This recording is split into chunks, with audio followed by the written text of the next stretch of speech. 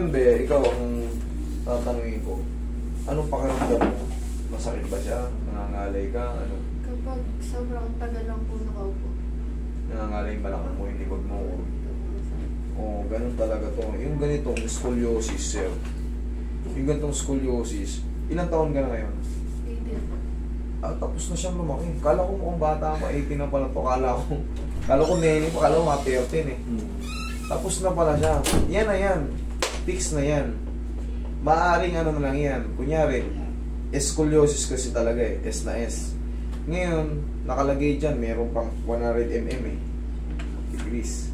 Ngayon, maaring mabawasan lang yan. Pero ganyan na talaga yung likod niya. Tapos, syempre yung mga ngalay niya sa katawan.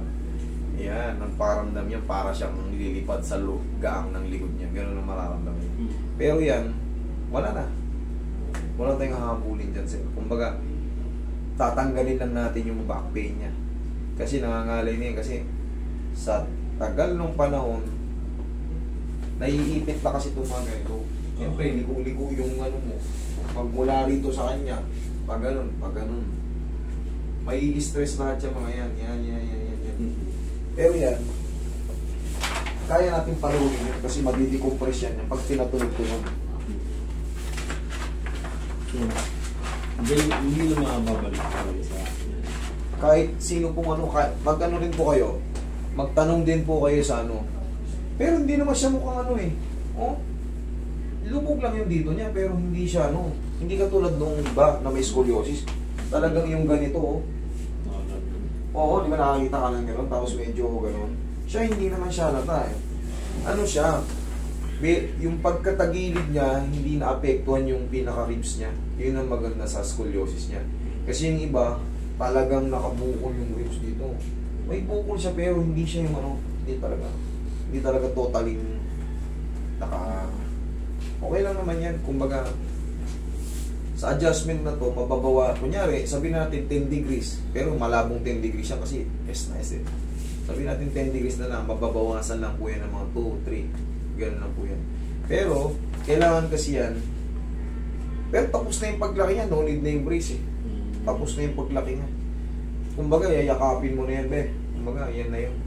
Yan na yun. Kumbaga, pag nangangawit siya, tuturuan kita ng stretching dyan para mabilis kang ano,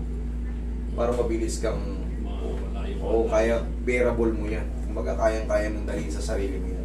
Ang ano lang naman dyan, wag lang siya magbabagpack ng mabibigat, yung mga pang-camping na bag. Tapos, basta yung mga sobrang bibigat na backpack, yun ang hindi sa kanya pwede. Tapos, to the right yung ano niya eh. Ayan o, to the right. Pwede ka rito magano. Huwag ka sa left magano. Yung kunyari may shoulder bag ka, may mga laptop ka na mabigat. Hindi ka pwede sa left kasi pag ganun yung ano, mababali lalo yan. Kumbaga, upog ba. Magkikret. Kailangan nito sir, kahit pa paano, bilhin nyo siya ng ano, pansamantala, yung mga back brace. Back brace. Malaking bagay kasi. Meron ka ba nun? Kasi yun. Yan kasi, siyempre bata pa siya, may ganyan na yun eh. Sanay na yun na slouch position. Susundan niya yun eh. Pero kung may tutukod sa kanyang brace dito, kahit pa paano aayusin niya yung posture niya kasi makikiliti siya nun or iipit sa ribs niya yun eh. Pag ginanyan niya eh. Kahit pa paano, diba?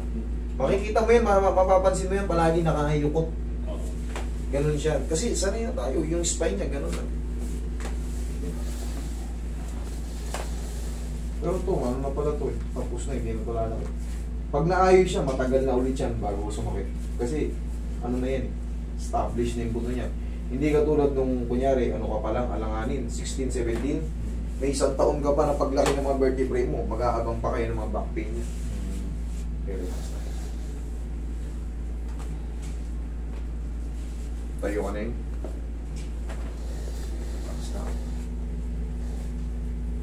Shoot mo. Yan.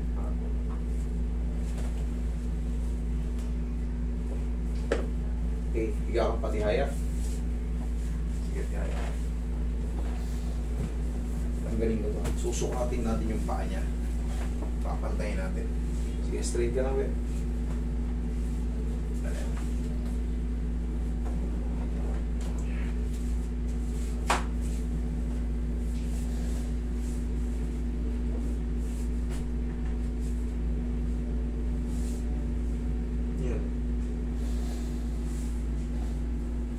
yung mas mahaba? Dito, no? Okay. Pero madali lang pantay niya. Upot po rin natin ano yung grinder. Mahaba pala to. Hindi, hatake lang ng konti yan. Yayanigin lang natin yan. May babalik. Maaaring matira dyan ba? Wait, nakikinig ako. Sige. Hala ko masakit. Sige, straight ka lang. Tingnan natin.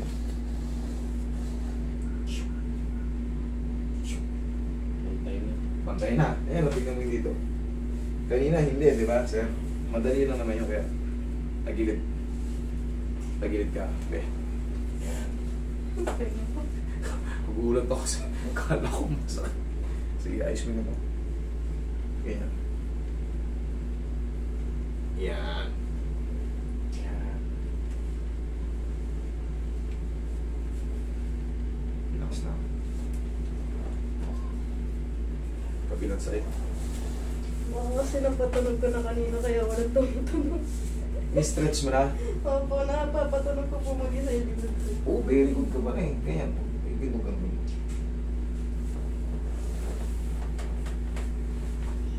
Yan. Iba na lang. Tapa. Pero maganda yun. Alam mo bakit? Isa yun sa mga magdi-decompress ng ano, pressure. Yung pressure ng ano niya. Pag ano, patulog sa likod. Marunong ka pala magano eh. Maganda nga ito, sinasali pa nga yan, yung mga yan. Sinasali pa sa gymnast, sa mga karate. Wala kayong dapat ikatakot dito. Ang nakakatakot na naman ito, yung pag-ribs mo, yung gumalaw yung, kumbaga, masyadong malaki yung pagkano, yung ribs mo nakaliis. Nagtataekwondo dati, pinahinto ng coach dahil yun na yun. Masyado nang malaki. Yung likod nga niya, may score yun. Pero okay lang din yun, hindi siya napahamak. Kahit mag-taekwondo to, okay lang to. Okay lang yun.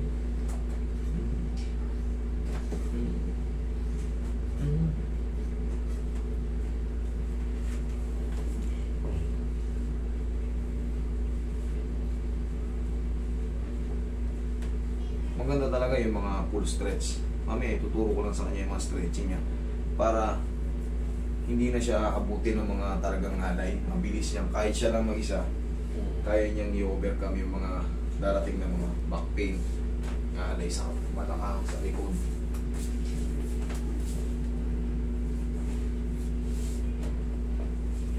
Okay, massage mo si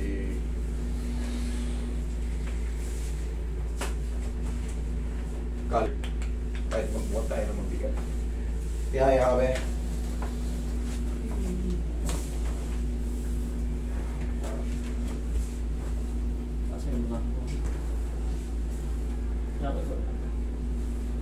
Yun lang, iiwasan mo lang sa kaliwa yung magbuhat kasi nakaganon yung spine mo sa ano, pakaliwang pa ganon, yung kanan ng papabukol ng ganon, pwede ka sa kanan. Yung kanan ko po nakababa po.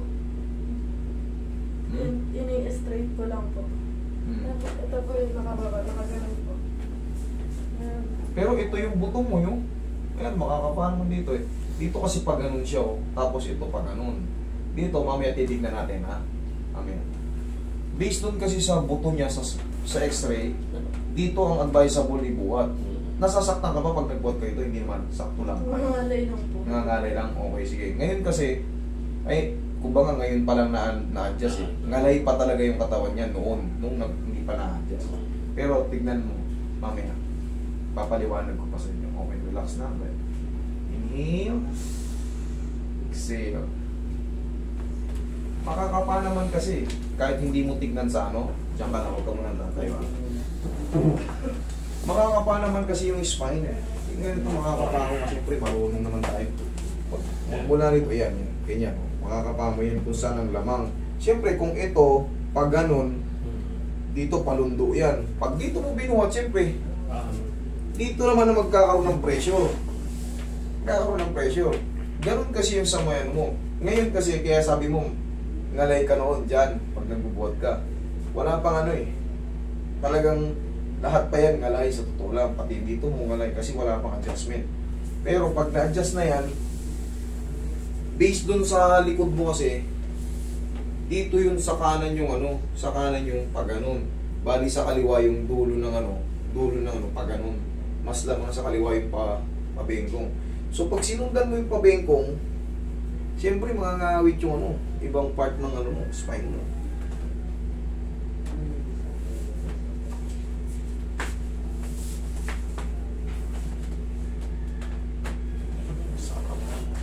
Buwa. Pagano.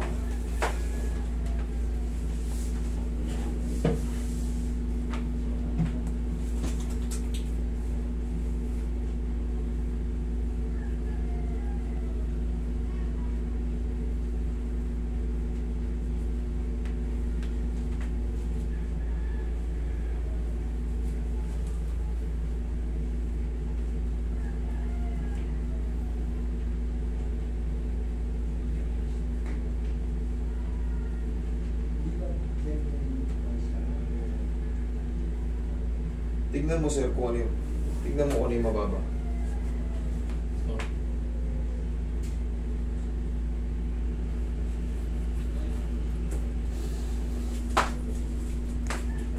Pinapantay lang. Pantay eh. Ayan, hindi normal lang. Wala, mababa. Pantay lang siya. Ngayon, ang gagawin natin, dito kasi, based dito sa mo, ayan nakapaano yung, pag ganito yung buto mo pwede ka magbuhat dito. Dito, pag mas mabigat dito, mas mag-create siya ng irritation dito mo. Kasi yung buto mo, pag ayan makikita mo naman sa x-ray. Kahit hindi mo, siyempre hindi mo makakapaya ng sarili mo Bilang yung mga nag-aayos, siyempre dito, yung tracing mo lumili po siya. So, pwede ka dito sa kanan. Ano ba yung dominant mo? Kanan, kaliwa? Kanan. O, kanan pa rin. Dominant mo to. Dito ka sa dominant mo. Okay? Ngayon, check mo kung nangangalay pa yung balakang ko. Hindi po, tagal po kanina nakaupo Oo, ngayon, din mo. Sarap. Kaya naman, masakit. Masakit. Hindi masakit? Okay, thank you. Sir, huwag lang siya maliligo ngayon, ha? Tapos, sabi mo lang, kailangan, ito pala, ito. Nagaganyan naman ako sa 1, 2, 3. Mabilis lang, 1, 2, 3 lang. Tapos yung mga cobra pose. 1, 2, 3. Isang balik pa ng pagganito. 1, 2, 3. Ganun lang kabilis. Ha? Hindi mo tatagalan. Kasi kailangan lang inat lang. Inat lang ng spine. Hindi kailangan talagang full stretch. Okay?